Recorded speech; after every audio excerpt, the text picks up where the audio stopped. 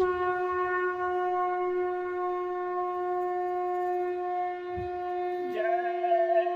गुरुदेव। जय गुरुदेव।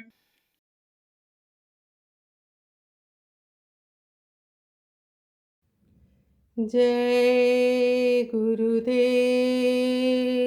जय गुरुदेव।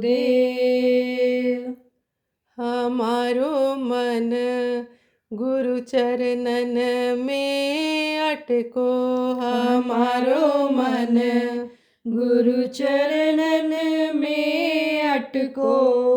जब से प्यार मिला सतगुरु का, जब से प्यार मिला सतगुरु का, छूट गया सब भटको। हमारो मन गुरु चरणन में अटको, हमारो मन गुरु चरणन में अटको। तन धन जगत वासना सगरी, तन धन जगत वासना सगरी, गुरु चरणन में पटको। हमारो मन गुरु चरणन में अटको, हमारो मन गुरु चरणन में अटको।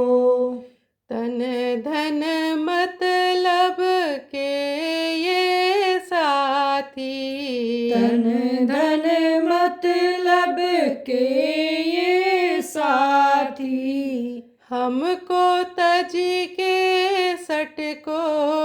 हमारो मन गुरु चरणन में अटको, हमारो मन गुरु चरणन में अटको।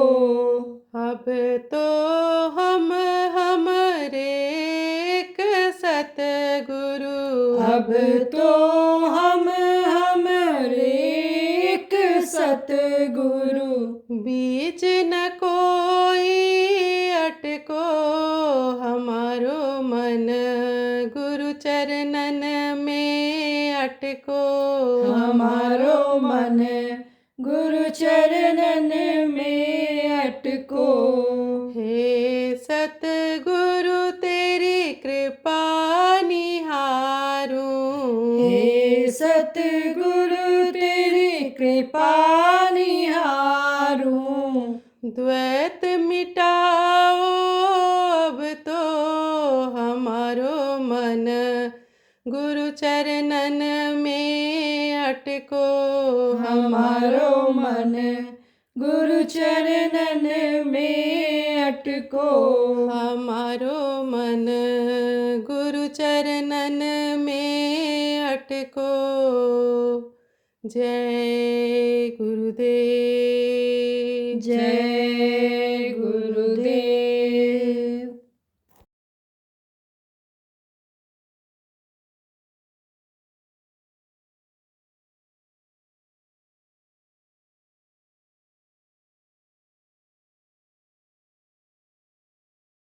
और कैसे गुरु होते हैं? बहुत तरह के गुरु हैं यहाँ पर, आप लोग जानते हो, बताने की क्या जरूरत है। लेकिन मुख्य रूप से समझो कि दो गुरु होते हैं। विद्या गुरु होते हैं, एक आध्यात्मिक गुरु होते हैं। विद्या गुरु कौन होते हैं? जो दुनिया की चीजों को बताते हैं, जो पढ़ाई लिखाई कराते हैं, हिंदी अंग्रेजी उर्दू फारसी पढ़ाते हैं, ये लोहा लंगर का काम सिखाते हैं। ये जो बच्चों की परवरिश होती है, एक गुरु वो होते हैं, विद्या गुरु कहलाते हैं। और एक आध्यात्मिक गुरु होते हैं। आध्यात्मिक गुरु अरे जहाँ का जहाँ पहुँचाया करते हैं, तो गुरु की जरूरत हमेशा होती है। आध्यात्मिक गुरु जब मिलते हैं तभी हर चीज की जानकारी होती है। इसीलिए दत्तात्रेय को जब सच्चे गुरु समर्थ गुरु नहीं मिले तो उन्होंने 24 गुरु किया था।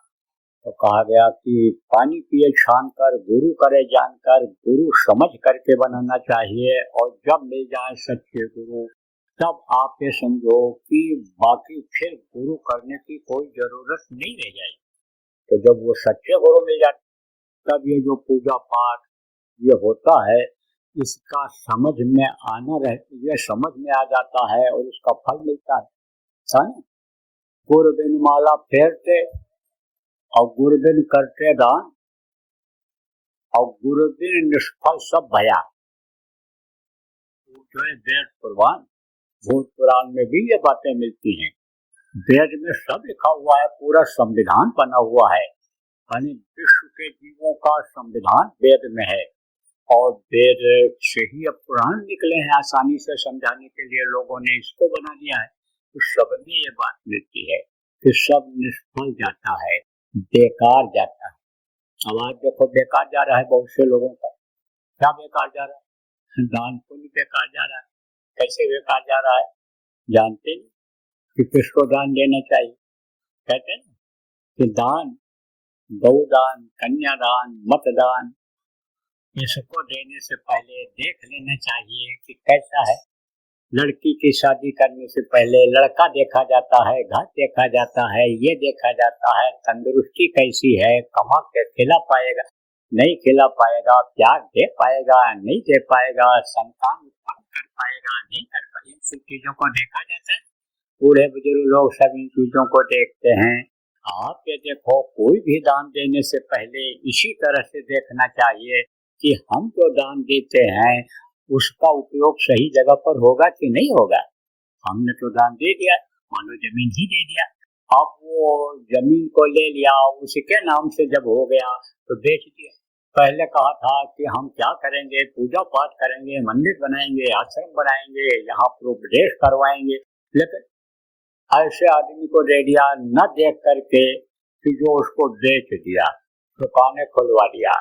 अब वहाँ पर दुकान खोलने वालों ने क्या किया, वहीं पर मुर्गी का अंडा बेचने लग गए, वहीं पर मुर्गा बेचने लग गए, वहीं खोल लिया मांस बेचने लग।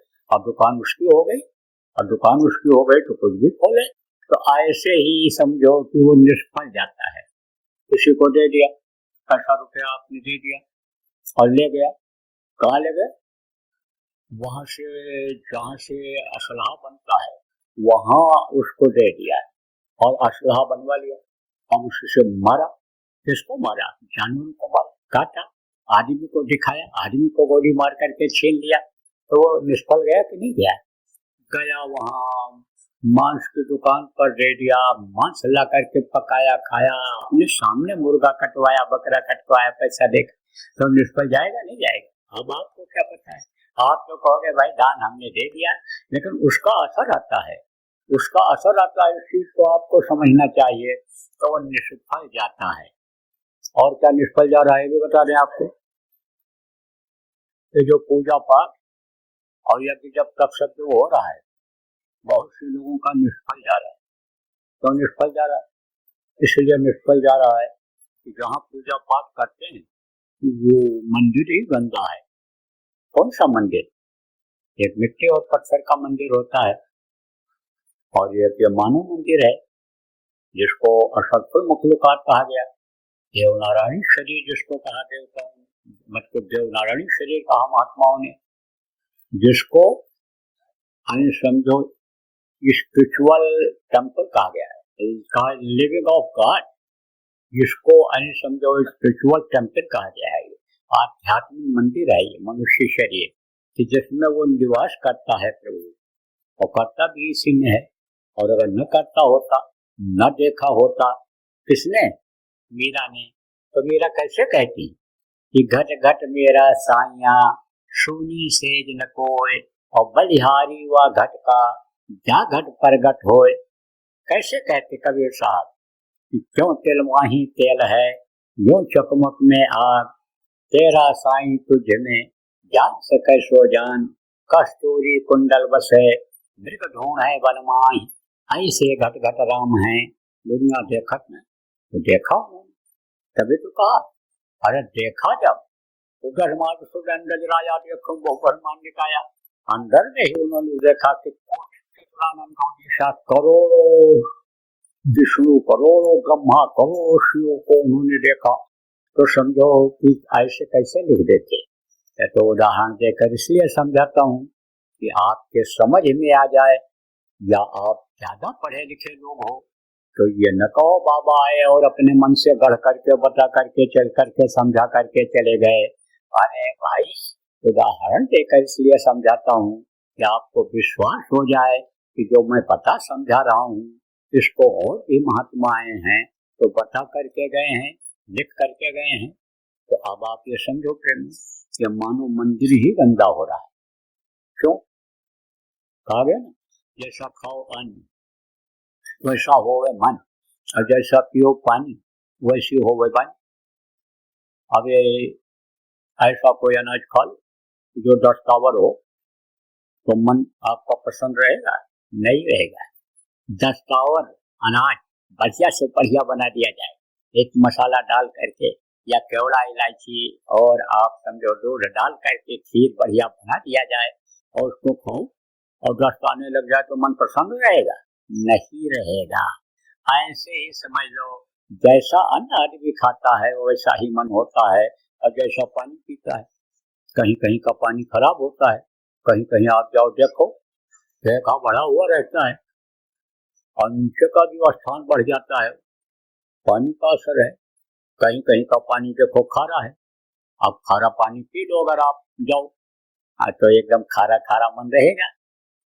उसी तरह से आप देखो कहीं कहीं का पानी नमकीन है, कहीं कहीं का पानी बहुत अच्छा मीठा है और कहीं कहीं का देखो लोहा जैसा पानी में आता है गंध, नीचे लोहा रहता है उसके आयरन मात्रा ज्यादा होती है उसमें। तो जैसा खाए अन्न वैसा होवे मन, जैसा पिए पानी वैसी होवे वाणी। तो उसी तरह का अन्न समझो कि शरीर का अंग हो जाता है। मोटे तौर से समझो आप, ये जो मांस खाने वाले हैं उससे जो खून बनता है बीमारियां पैदा करता है, मन प्रसन्न नहीं रहता है। आप समझो उसी से जो खून बनता है और रग रग में जाता है और पूजा पाठ इन्हीं अंगों से लोग करते हैं। फूल इसी हाथ से चढ़ाते हैं, प्रसाद इसी हाथ से चढ़ाते हैं, अगरबत्ती इन्हीं हाथों से जलाकर लगाते हैं, दीपक आरती इसी से और अग्याल बसंत सब इसी शरीर से ही करते हैं। तो शरीर ही गंदा है तो कबूल होगा? नहीं कबूल होगा। इसीलिए जिस काम के लिए करते हैं कि हमारा फायदा हो, फायदा नहीं हो पाता और बल्कि कहीं कहीं उल्टा भी हो जाता है, पापों की सजा मिल जाती है। जैसे कहते हैं कि देवता खुश हो जाएंगे अगर हम बकरा काट करके चढ़ा देंगे, भैंसा चढ़ा देंगे, हम अगर मुर्गा चढ़ा देंगे देवी जी के स्थान पर, वो खुश हो जाएंगे तो हमारी तकलीफ दूर कर देंगी और हमारे घर में धन का बरसात करा देंगे। लेकिन उसका उल्टा फल हो जाता है। क्या उल्टा फल हो जाता है? कर्म लड़ जाते हैं, पाप कर्म आ जाते हैं और कर्म प्रधान विश्व रच रखा, जो जस्किन सो तस फलता था, कर्मों की फिर सजा मिलने लग जाती है।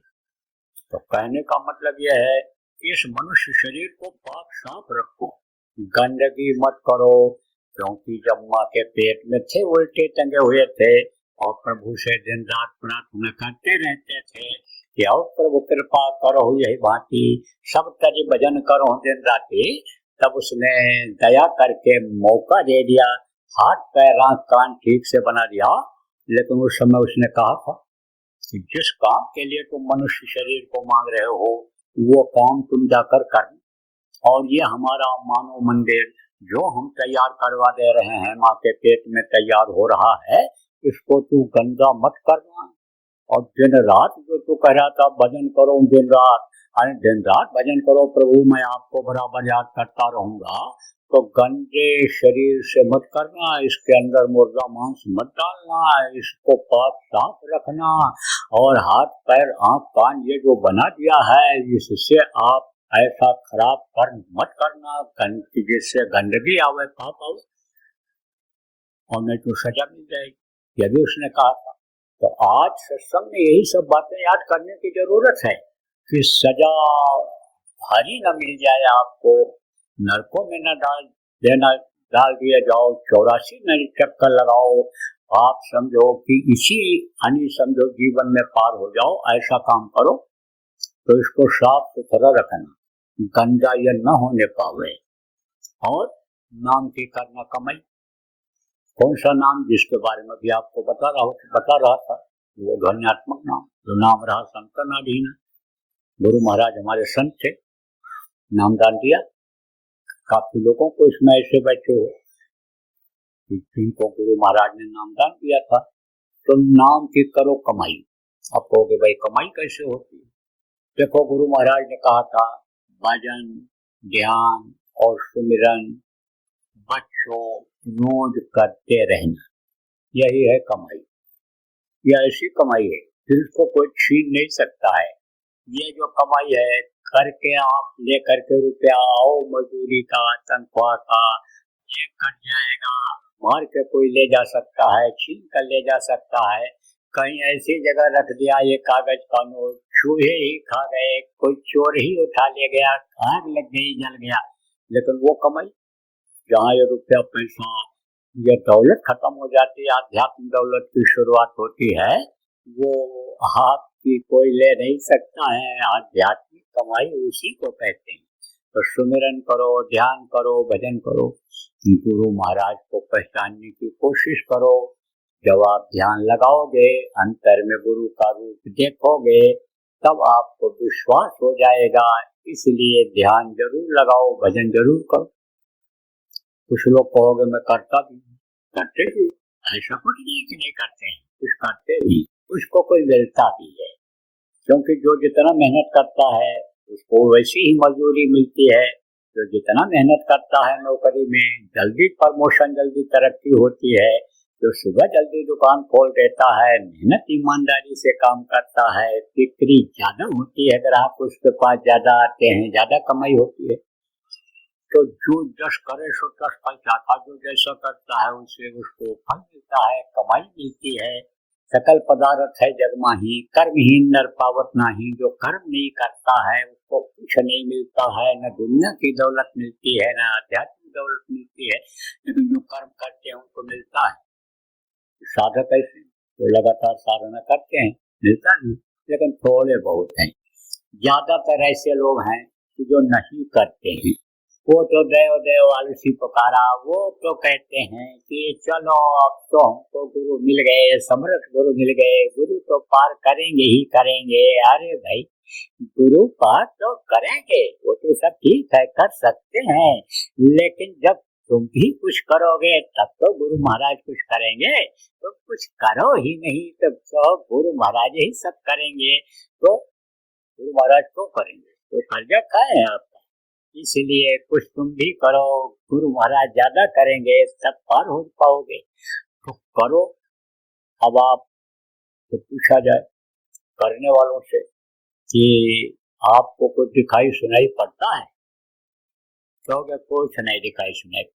पूछा जाए कितने साल हो गए? कोई कहोगे 5 साल, कोई 10 साल, कोई 12 साल, कोई 20 साल, कोई 25 साल। तो पूछा जाए कि भाई क्यों नहीं दिखाई पड़ता है?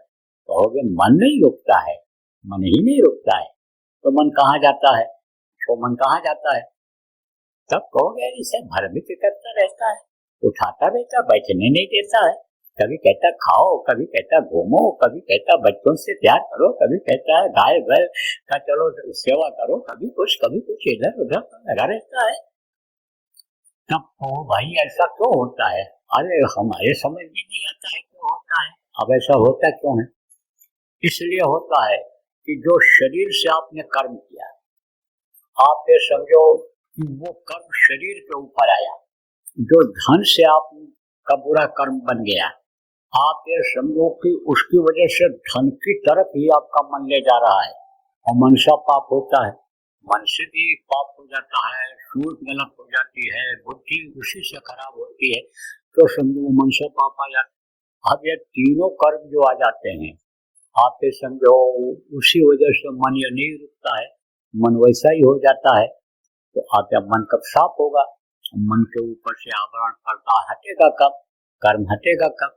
जब इसी से सेवा करेंगे। इसीलिए संतों ने सेवा का विधान बना दिया, नियम बना दिया। तन की सेवा, मन की सेवा, धन की सेवा से ये कर्म कटेंगे।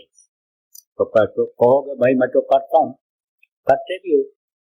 जैसे आपने ये बैठने की जगह बना लिया, ये जमीन आपकी हो गई आश्रम की, आप लोगों के सहयोग से, सबके सहयोग से हुई। आप समझो कि ये सामियाना जो लगा हुआ है, इंतजाम जो है, जहाँ आप बैठे हो, जहाँ कई नए लोग भी आए हैं, बैठे हैं नामदान लेने के लिए, तो खर्चा आपने किया, भंडारे में आपने खर्चा किया, पानी बिजली में आपने खर्चा किया, लेकिन रोज का खर्चा तो है नहीं।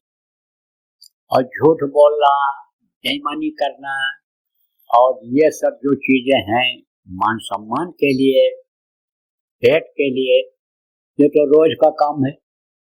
तो रोज जब सेवा करोगे तब ये कर्म कटेंगे। रोज के सेवा का क्या उपाय निकाला संतों ने? श्रमदान सेवा जिसको कहते हैं, जैसे आश्रमों पर श्रमदान सेवा अब भी होती है, वो सेवा। लेकिन आश्रम पर रोज सेवा करने के लिए कोई नहीं जा सकता, तो घर में है, घर में भी सेवा है। घर में क्या सेवा है? जैसे बाल बच्चों की देख रेख कर लो, दरवाजे पर कोई आ जाए भूखा दुखा, उसको खिला दो, प्यासा आ जाए पानी पिला दो, कोई दुखी है हो सके उसका दुख दूर कर दो, वो भी एक सेवा है। बाल बच्चों की सेवा ये परमार्थ में नहीं जोड़ती है, ये तो आपका कर्तव्य है, ये तो आपका फर्ज है। अपने लड़के की शादी तो करना है, अपने लड़के को तो पढ़ाने लिखाना है, अपने घर में कोई मरीज हो गया तो उसका इलाज तो कराना है। दूसरों के लिए जो कर दिया जाता है वो परमार्थ में जोड़ जाता है। तो यह सब है सेवा। इसके अलावा सबसे बड़ी सेवा क्या है? जीवों पर दया करो, जीवों को बचाओ। कौन से जीवों को? जितने भी जीव हैं, चाहे पशु हों, चाहे पक्षी हों, चाहे ये कीड़े मकोड़े हों, उनकी जान को बचाओ और आदमी के जान को बचाओ। मानव हत्या इतना बड़ा पाप कोई पाप नहीं है, और मानव की रक्षा इतना बड़ा कोई अनिपुण्य नहीं है। तो रक्षा करो इनकी। किसकी रक्षा करो? जीवों की रक्षा करो। मुर्गा भैंसा बकरा जो कट रहे हैं इनकी रक्षा करो। तो इनकी रक्षा कैसे होगी? जब तक खाने वाले लोग रहेंगे, कमाई करने वाले दुकानदार रहेंगे, इनको मारने काटने वाले रहेंगे, तब तक इनकी रक्षा कैसे होगी? तो किसी दुकानदार को समझाओ कि भाई तुम बकरा काटना बंद कर दो, मुर्गा काटना बंद कर दो। तो कोई ऐसा होगा कि जिसके समझ में आएगा। बाकी लोग तो कहेंगे जाओ बड़े उपदेश करने वाले हो, कितना कहो कि तुम लड़कों में जाओगे, तुमको भी ऐसे काटा जाएगा। जो गल काटे और का अपना राह कटाए, और साहब के दरबार में बदला कहीं न जाए, तुमको भी बदला देना पड़ेगा। तुम भी काटे मारे जाओगे तो क्या कहेगा? अरे जाओ जाओ, तुम देखो, देखने आओगे, तुम भी मरोगे, हम भी मरेंगे। हाँ मरने दो, हमको करने दो, ये हमारा धंधा है, ये हमारी रोजी है, ऐसा बोलेगा। लेकिन अगर खाने वालों को अगर आप समझा ले जाओ, उनको बता ले जाओ कि भाई जीव हत्या पाप है, और पाप जो होता है वो सिर पर सवार हो जाता है, बुद्धि को खराब कर देता है।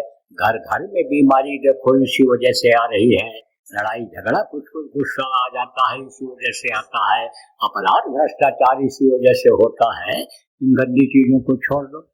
जब उदाहरण देकर समझाओगे कि जितने भी महात्मा आए, जितने भी फकीर पूरे आए, स्पिरिचुअल मास्टर जिनको कहा गया, सब लोगों ने इसको मना किया है। तर्क के साथ उनको समझाओगे तब उनके समझ में आ जाएगा। तो अगर उन्होंने छोड़ दिया तो दुकानें अपने आप बंद हो जाएंगी, ये और चीजों का धंधा करने लग जाएंगे। तो आप जीवों पर करो रक्षा, और अन्य जीवों पर भी। कौन से जीव? जो सबसे श्रेष्ठ, जैसे मैंने बताया, यह मनुष्य शरीर है 84 लाख योनियों में, जिसके लिए देवता तरसते रहते हैं, उनकी भी रक्षा करो। क्योंकि एक बार मौका मिला है, किस काम के लिए मौका मिला है? पार होने के लिए, 184 से 84 लाख योनियों में जाने से बचने के लिए मौका मिला है। तो इस मौके से चूके नहीं लोग। आपको समझना चाहिए कि यानी 184 भरम कर और पग में अटक्यो आए, और अब की पासा न पड़ा, फिर 84 जाए। पग में अटक्यो आए का मतलब क्या हुआ? देखो ये सरहद है अपने आश्रम की, मेड़ है मान लो, और उधर में आप खड़े हो, और उधर से आपको कहा जाए कि आप इधर चले हो, एक पैर रखोगे तो अपने हाथ में आ जाओगे, अपनी जमीन में आ जाओगे, अपने देश अपनी सीमा में आ जाओगे।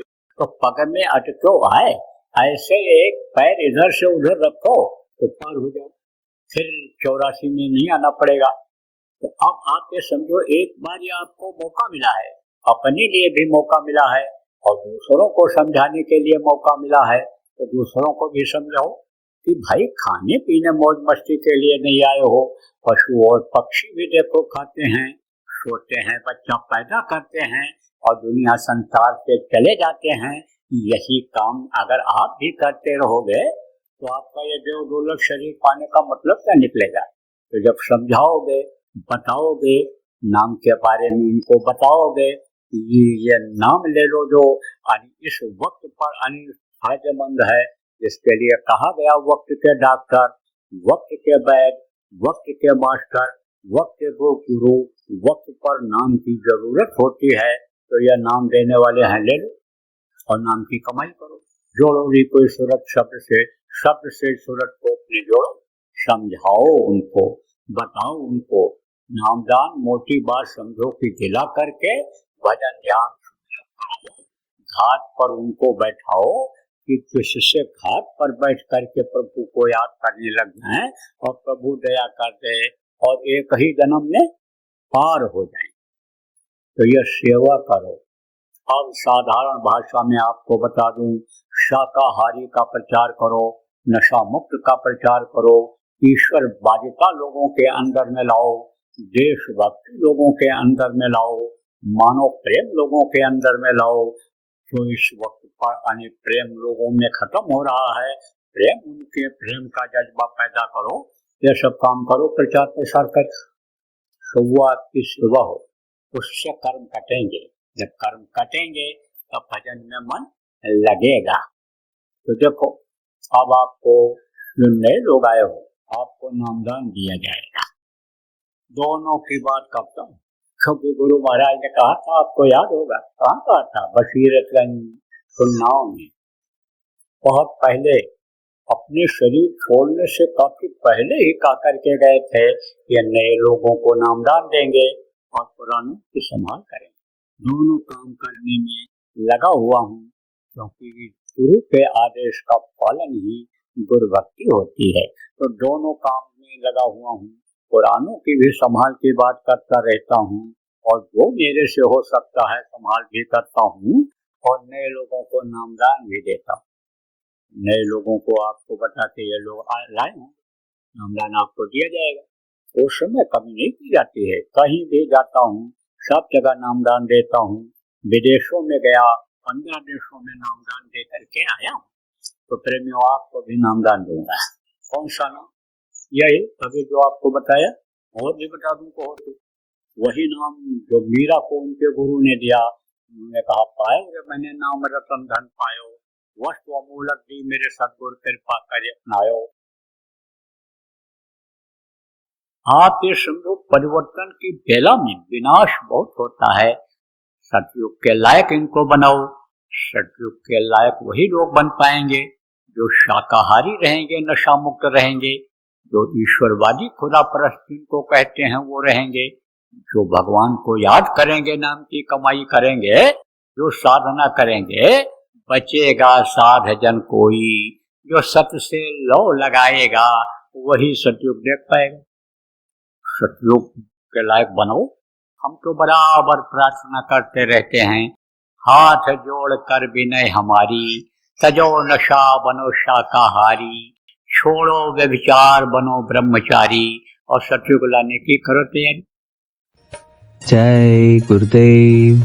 नव वर्ष के उपलक्ष्य में परम पूज्य परम संत बाबा उमाकांत जी महाराज का सत्संग व नामदान कार्यक्रम 30 व 31 दिसंबर 2024 और 1 जनवरी 2025 को समय परिस्थिति अनुकूल रहने पर बाबा जय गुरुदेव आश्रम, जय गुरुदेव नगर, पिंगलेश्वर रेलवे स्टेशन के सामने, मक्सी रोड, उज्जैन, मध्य प्रदेश में होगा।